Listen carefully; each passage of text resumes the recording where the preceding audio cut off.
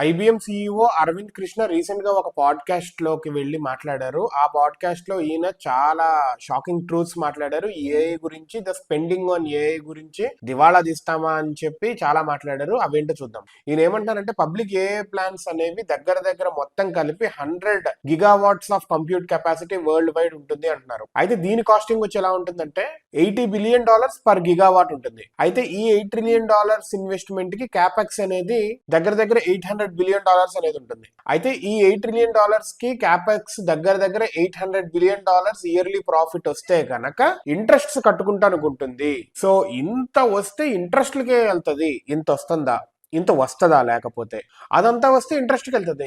అసలు ప్రాఫిట్ ఎక్కడ వస్తుంది అని చెప్పి ఈయన పాయింట్. ప్రస్తుతం పెరుగుతున్న ఈ ఇన్ఫ్రాస్ట్రక్చర్ ప్రైసెస్ కి, ఈ చిప్స్ ప్రైసెస్ కి, వీటన్నింటికి ఇంత రానే రాదు. ఫస్ట్ ఇంట్రెస్ట్ అయ్యే డబ్బులే రావు, ఇంకా ప్రాఫిట్ కూడా అంత రావు ప్రాఫిట్స్ అని చెప్పి అంటున్నారు. అయితే రీసెంట్ గా సామ్ ఆల్ట్మన్ ఉన్నారు కదా, ఓపెన్ ఏఐ సిఇఓ, ఆయన ఏమంటున్నారంటే for the next few years కి $1.4 ట్రిలియన్ ఇన్ఫ్రాస్ట్రక్చర్ మీద స్పెండ్ చేయబోతున్నాము అని చెప్పి ఆయన అంటున్నారు. అయితే ఈ డబ్బులతో 30 gigawatts of AI driven data centre కడుతున్నారంట. అయితే 30 గిగావాట్స్ అంటే న్యూయార్క్ లో పీక్ టైమ్ లో ఎంతైతే ఎలక్ట్రిసిటీ కన్స్యూమ్ అవుతుందో అంతదనమాట ఇది. ఆయన ఇంకా ఏమంటున్నారంటే ఇప్పుడు ఏఐ చిప్స్ ఏవైతే ఉన్నాయో ఇవి ఎవ్రీ 5 ఇయర్స్ కి మారిపోతున్నాయి. సో ఈ 5 ఇయర్స్ లో దాన్ని బీభత్సంగా వాడుకుంటేనే యూజ్ అవుతుంది. 5 ఇయర్స్ తర్వాత మార్చాల్సి వస్తుంది. సో ఇప్పుడు ఆల్రెడీ మనం కొన్న ఏఐ చిప్ అనేది ఎన్విడియా వాళ్ళు డెవలప్ చేస్తున్నారు కదా ఈ చిప్స్. సో ఈ చిప్స్ అనేది 5 ఇయర్స్ తర్వాత ఎలాగో మార్చాలి. మరి ఇప్పుడు కొన్న చిప్ ఏమో మళ్ళా యూజ్లెస్ అయిపోతుంది, దేనికి వాడలేము. సో ఈ డబ్బులు ఇన్ఫ్రాస్ట్రక్చర్ మీద ఉన్న కొంత పెడతానే ఉండాలి, దివాళా తీయాల్సిన అవసరం వస్తుంది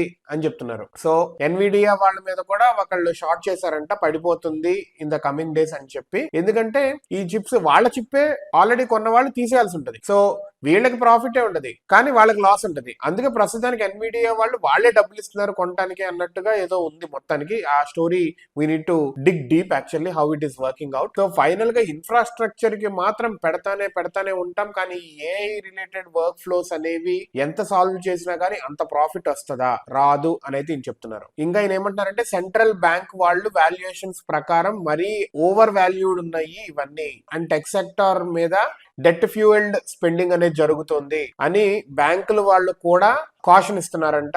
సో మనము యాజ్ ఎంప్లాయీస్ యాక్చువల్లీ ఇండస్ట్రీస్ పక్కన పెట్టండి, మనకి ఇది ఎలాగా అంటే దివాళా తీసిందంటే ఉద్యోగాలు తీసేది మనయ్యే. ప్యారలల్ ప్యాసివ్ ఇన్కమ్ ఏమైనా ఉంటే చూసుకోండి, పూర్తిగా జాబ్ మీదే నిలబడద్దు, ప్యాసివ్ ఇన్కమ్ చూసుకోండి. ఎందుకంటే మనం ఇండస్ట్రీని మార్చలేము. ఉన్నంత జాబ్ ఉన్నప్పుడు డబ్బులు తట్టుకుంటాం, తర్వాత ప్యాసివ్ ఇన్కమ్ చూసుకుంటాం, ఎఫ్డీలు వేసుకుంటాము, మార్కెట్ లో పెట్టుకుంటాము, స్థలాలు కొనుక్కుంటాం, ఇవన్నీ పక్కా చేసుకోవాలి. ఇవన్నీ కొనుక్కున్నా కానీ లైక్ ప్యాసివ్ ఇన్కమ్, మన ఇంటి రెంట్ కానీ లేకపోతే ఈఎంఐలు కట్టుకునే అమౌంట్ మన జాబ్ తో కాకుండా ప్యారల్ గా వచ్చేలా చూసుకోండి, ఇల్లు గడవాలి. సో 2008 లో ఒకసారి రెసిషన్ వచ్చింది తెలుసు కదా, అప్పుడు ఎలా అయిపోయిందో అతలాకుతలం అయిపోయింది. అలాగా ఆల్రెడీ ఇప్పుడు కూడా ఉంది, ఇంకా ఘోరంగా వచ్చే స్కోప్ అయితే ఉంది 2026 లో అంటున్నారు. So be careful.